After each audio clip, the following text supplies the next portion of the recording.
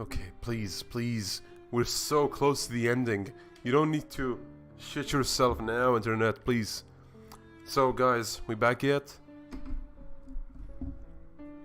We're so damn close. We can't let it end like this. Come on.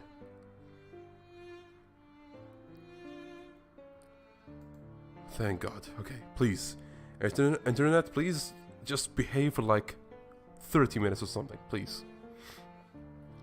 Right. So, last thing that happened is that he called her by her name. He's doing something for her. Sorry, but I can't. What I'm about to do is because I love you, Cassandra. So she felt the impact of that, and she's like, you said it. You finally said my full name. Didn't I ever call her by her full name before? I tried to say something, anything. But she shakes her head from left to right. She opens the door behind her to let me out. I walk past her coldly. If only she knew how much if only she knew how much I love her, how much I would kill for it. And that's exactly why I must do this. Before leaving her side, she says something to me. Tim, could you buy me some tampon while you're at it? What? I look back at her. She's regained her smile. As though all of this was just an act. Please, I kinda need it, you know. Can't be helped, I guess. I pass my hand inside my hair before waving goodbye at her. She doesn't follow suit. She simply looks at me until I turn corner. What is she... okay.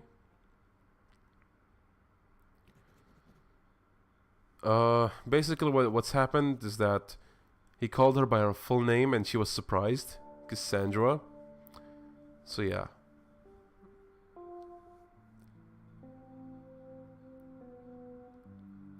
Oh, come on, internet, come on. At first I thought of taking the car, but soon decided otherwise. Walking would help me cool off a bit, or at least that's what they say. I bought her what she asked of me. Okay, wait, let me make sure that you know what was going on before that. He wanted her phone, as you might already know. And after he got that, she asked him... Oh, internet, come on! She asked him if he loved her enough to throw his life away and all that, and he said yes. So she's like, I see. And then she says, oh god damn it, come on.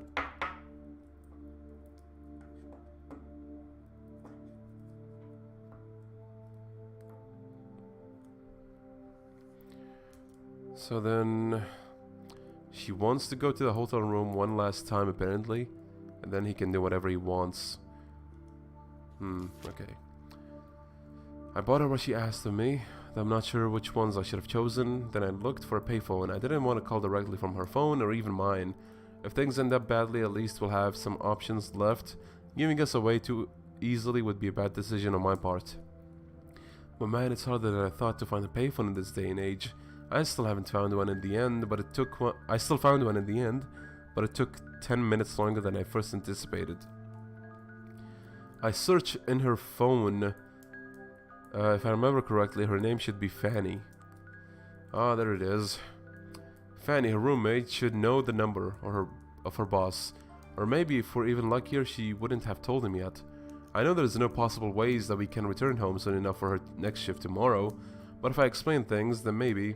I just need to say her boss that I'll shoulder her debts, even in her debts. In the end, even though we try to escape, the only thing this man really wants is money.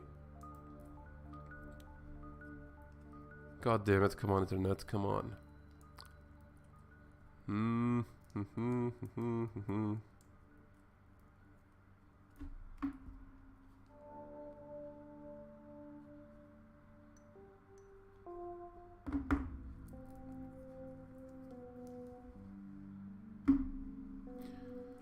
I just need to say to her boss that I'll shoulder her debts in the end, even though we try to escape. The only thing this man wants is money. Okay. I just need to know how much. Hello? After 3 rings, she answered. Hi, is this Fanny, Cassandra's roommate? Cassandra's roommate? Yes, it's me. Who's speaking? Oh, I'm John, one of her clients. Her client didn't know she was selling things. Didn't know. Okay, so things are already strange, as you see. Didn't know she sells things. She is pure-minded. No, well, you know. Would you mind giving me the number of her boss? There is something important that I need to talk to him about. Okay. Her boss? Who's that? Sorry, but she's not here right now. She told me she was going on a trip to Vegas, and alone on top of it. She could at least invite me. Anyway, you would have better chance by calling her on her phone. Bye. Wait a minute, she told you she was going on a trip alone? When? When? I don't know. She sent me a mail Friday night saying she was going somewhere. And another one the day after, or something like that. I'm not sure. Friday night? It was the night I took her with me impulsively. Do you think she had a chance to send a mail? Not that it is impossible. Anyway, if you don't have anything else to ask, I have other things to do, so... Wait, I need to know one last thing. Because the way she talked about it almost seems as if... We're so close to the ending. Come on, internet, come on. This is the last chapter. Her lie I tried to believe, which is the name of the game. I don't know why nor when, but I decided to run. I ran frantically to that motel room. I had this ominous feeling. Why did she lie to me, and how? Her roommate, to my question, she answered me this.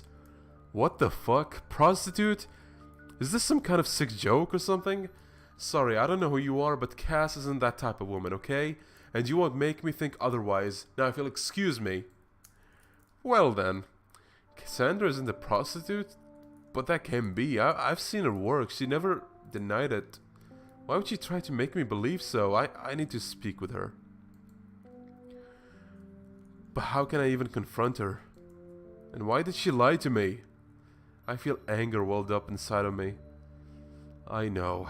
I'll ignore her until she can't take it anymore. And when she does, I'll force her to tell me everything. The best way to make her suffer without hurting her. She's so dependent on me. She won't be able to bear it for long. Soon enough, she will tell me everything. And then she'll ask me to forgive her. With this way, she always asks me for everything. Those eyes, that smile, her lips, her everything, I'll accept, of course. But she will feel indebted to me. That's when I'll ask her. That's when I'll ask her to.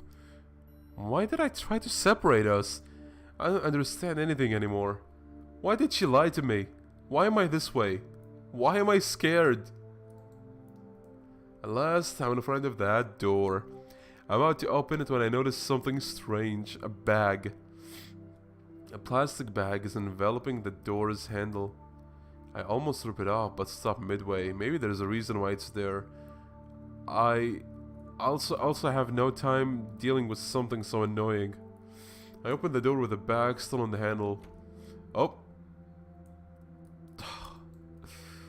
I look down. I need to ignore her. I walk extremely slowly until I'm in the middle of the room. For some reason I start trembling. That's when something on the table takes up my attention. I reflexively fixate it. What? It seems it started raining. There must have been holes in the shitty ceiling since it started leaking on the table of all places. I'm sorry. I almost hear her, but I don't want to hear her. This is fake. I lied to you. Oh, a noise, an annoying noise, as if someone slowly opened and closed the badly oiled door over and over again. But I did love you. So she did love him. I did see her move from the corner of my eyes, but I don't want to see it. I must ignore her. I loved that boy who in 3rd grade had difficulty running as fast as the other. I love the courageous little boy who in front of the whole class declared he would one day run faster than every one of them.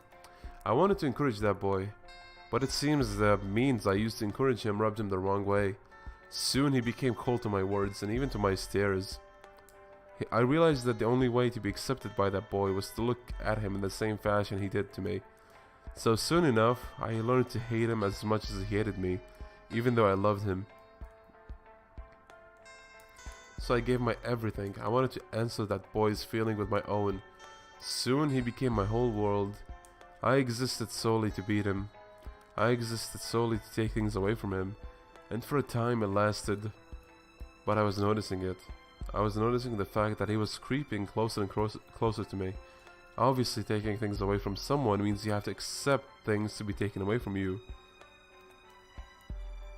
And less than a year after graduating from elementary school, he was beating me at running. Even though I was running every night, even though I passed most of my weekend practicing, he beat me as if it was nothing. It was extremely frustrating. I was supposed to be happy about it, wasn't I? I mean, wasn't it exactly what I wanted for him? Yet, he became popular, the ace of the basketball team. He was so special, I'm sure he didn't even notice it himself. I was so jealous. But at least I still had something. He was just a sports person while I was also good at school. Surely he wouldn't be able to take this away from me? But then, he quit basketball. Why? I loved looking at him play so much. Then I realized he was coming for that too. He was coming to take this away from me too. But if he takes it away from me, for what reason will he keeps on looking at me like he's doing right now? There is none. The moment he takes this away, I will have nothing left to show for myself. This thing that we have together, this rivalry, will no longer exist. I did all I could. I existed solely to beat him after all. And that's exactly what I was trying to do. There was no way I would actually win. If he sets himself to do something, he will succeed without a shred of a doubt. I foresaw my demise long before it arrived. So before it happened, I tried to shake him off a little. We were in high school by that time and lots of boys would confess to me. I decided to accept one of them, though I had no interest. I wanted to see if it would affect him. Because if it did, it means I would still have something. But it didn't. At first I thought it did, but when he approached me, it was for a completely different reason. It was because he beat me in the midterms. He probably didn't want to accept it easily, but he did. And I had completely given up at that point. He didn't even look at me as a woman. He saw me as a wall to escalate. So I did what was the easiest thing to do. I quit school before the next exams to make sure he never takes it completely away from me, before he could escalate the wall. Since he thought the other ones didn't count, I will always be the best out of the both of us if I retire now. Or so went my flawed logic. You see, I didn't lie about the fact that my father had a lot of money, but I did lie about the fact that he lost it all.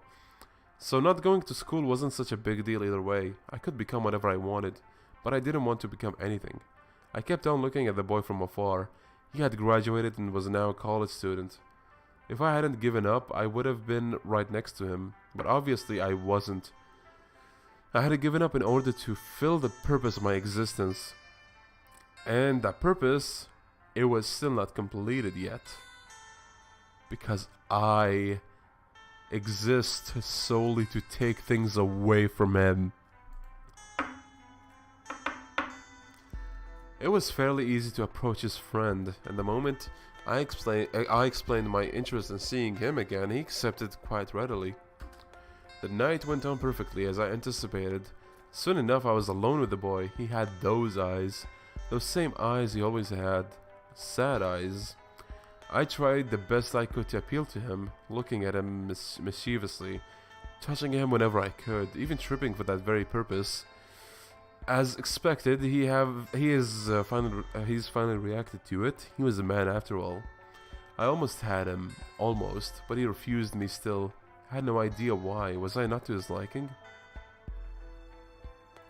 Maybe it's because he still hated me. Maybe because I looked too pure. Maybe because I didn't look like a woman still. For the next 2 years, I tried multiple times over over to approach him with the excuse of it being coincidence and whatnot. But every time he would run away from me or completely ignore me. Even if I changed the things I wore or the way I walked, he never looked at me. I was nothing in his eyes. I almost gave up. And then I noticed that he sometimes would get out of his way to go to a certain bar to meet with one of his clients, a hostess bar. Instantly, I had the idea. Why not? I knew he sometimes came on a Thursday, so as long as I'm able to work on that day, I'll eventually be able to meet with him, and he would no longer be stalked by his guilty conscience. Seeing that I'm a hostess of all things, he would surely give in with enough appeal. I wanted him to look at me as a woman. I wanted him to want me. I wanted him to suffer like he made me. So I started working at the bar only on Thursday and wait for him, and contrary to some belief, I could choose if I wanted to lay with a client or not. So maybe she is pure. On the third week, he finally came. I noticed him right away, and sure enough, I made sure to serve him. I played with my hair, teased him, and smiled brightly whenever I could. He finally cracked, and after that night, I had him. From then on, it was a piece of cake. He was so gentle, too gentle. That was his downfall. I created a story to go along with the fact that I'm a prostitute, in order to stir compassion from him. And on our seventh meeting, I even beat my own self up to make him react irrationally. That's right, since the very beginning it was all my fault. I manipulated him, played with him to plan this whole ordeal. I'm so disgusting. Man, so Tim kinda saw through this, you know? He called her disgusting like more than once. And he always felt like something was off. Then he brought me to Las Vegas. Every time he would disappear for 1 minute or two, I would start up a conversation with complete strangers. All of this to make him jealous. And it worked more often than not. What? Then I even dropped a business card on the floor. A fake business card. And he was pissed. He shouted at me. And dragged himself to sleep. And while he slept, I hit my head on one of the walls, just so that he could think he's done it himself. And just now he said it to me. He said that he loved me. I made him love me. A gentle boy, and I exist solely to take things away from him. How horrible I am. Let him wish we had never crossed paths in this world.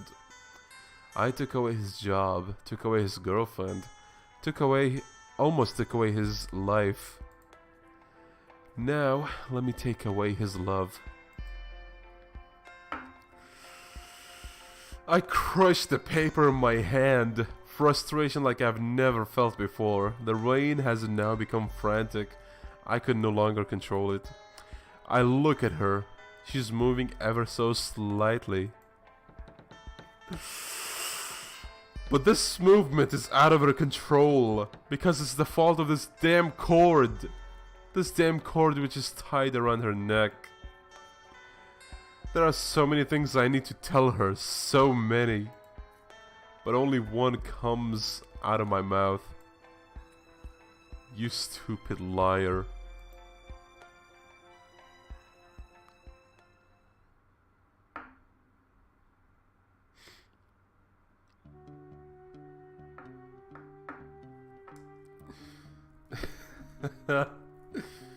And that is the ending to this game, people.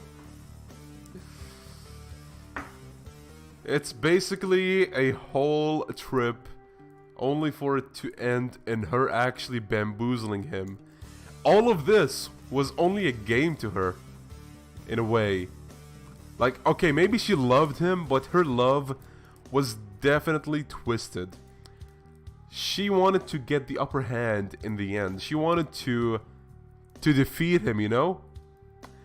She went to this length just to get the last word in, or the last laugh in, or whatever. Like, she might have loved him, but there was still this sense of, I don't know, competition? Something like that? But I don't know what to say, man. Like, there are so many questionable story parts. Questionable in the sense that you're like, what the fuck are you doing? But overall, I think the story was at the very least interesting. Even if it was badly written, you know? Even if it was not the, you know, not worthy of winning the fucking Nobel's Peace Prize or something, I don't know. The Writers Award. But I still felt like this element of manipulation is something very real, you know? It's something that isn't really unreal. It happens in real life, and seeing, like, this is fiction, and we all know this, but seeing you know, how far people go to manipulate someone, it kind of, you know, it kind of makes you frightened of people. You know what I mean? What more to say about this?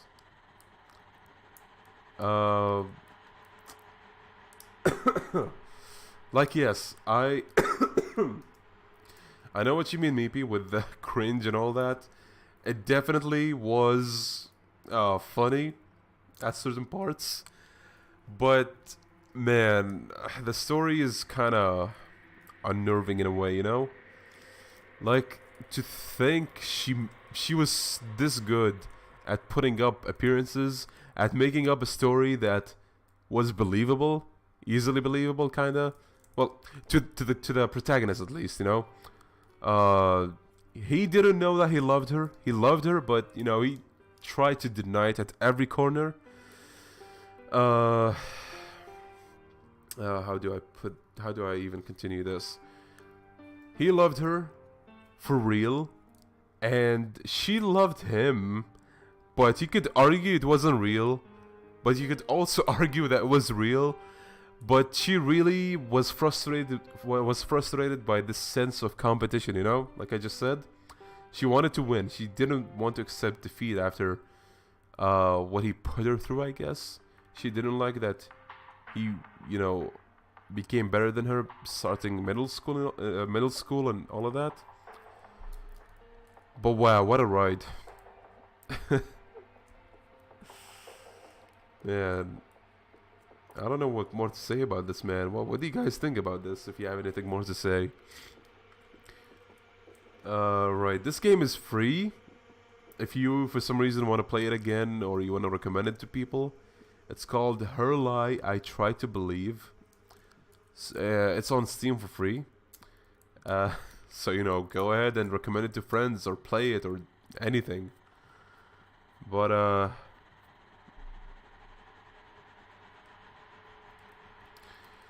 yeah, they loved each other, but I don't know why she had to sacrifice her life, you know? I think, look, the one thing that I understood from her death is that she died so that, you know, he has no more chances to best her. And her death is kind of proof for that, and also proof that she loved him. It's kind of twisted, you know? It's proof of the two things that I mentioned, and I think when she asked him whether he would die for her, it might hint that he's also going to kill himself after this, you know? He's going to kill himself knowing that he's not going to be able to best her, you know? So, man, well, I like how there's a lot of things you could theorize about and talk about when it comes to this game, even though, as you said, the writing is not the best. But man, when you play this game for the second time, like I did, you're gonna notice a lot of things. You're gonna be like, oh yeah, this thing was referred to later on in the game, and now I understand the significance of this. So yeah, they definitely loved each other, but it was a twisted sense of love, one that costed Cassandra her life, sadly, and might cost Tim his life depending on how he takes this. But yeah, thank you guys for watching this. I hope you enjoyed the stream. Special thanks to Hania tier patrons, Miyuron, Kiryu Kazuma, and X2009. Thank you guys so much for supporting me. And this is it for this stream. I'm gonna see you guys next time. Peace! Oh yeah, this stream took about 3 hours now. A bit less, I think, but yeah, around that. So that is all. Peace.